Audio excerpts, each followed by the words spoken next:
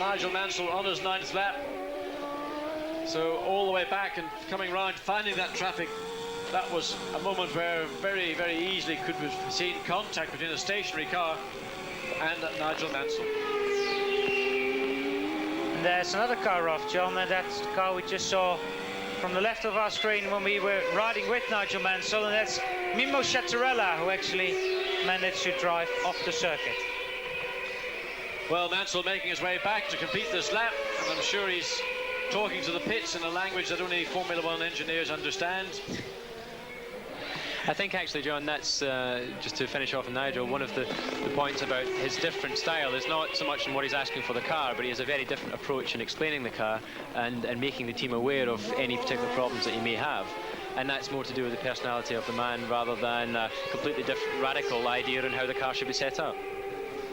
I think the thoughts that Nigel has, and this is sort of coming through the Formula One grapevine, as such that he wants a car with a much stiffer front, your stiffer springs, stiffer bars, and a lot more front downforce. That's the kind of, and there we and repeat what happened with Johnny Herbert. Nigel pops around the corner. Well, you see Morbidelli and Alboreto, and there's Nigel, much wider exit, no choice but to throw the car onto a spin. A Lotus parked on the inside of the corner. So Nigel doing the donut, but this is another lap. Now his idea, I understand, is to have a much stiffer front end to the car and a lot more downforce to make the car respond much more, let's say, aggressively than the car is currently. That's the way things were explained to me, and whether it's accurate or not, well, Willie, by going into the pits and asking the man himself, will we ever find the true scenario.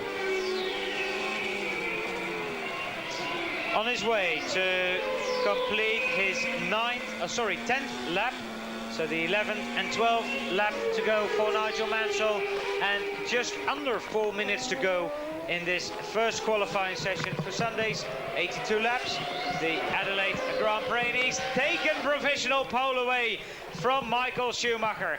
Nigel Mansell has taken provisional pole away from the Benetton Ford team.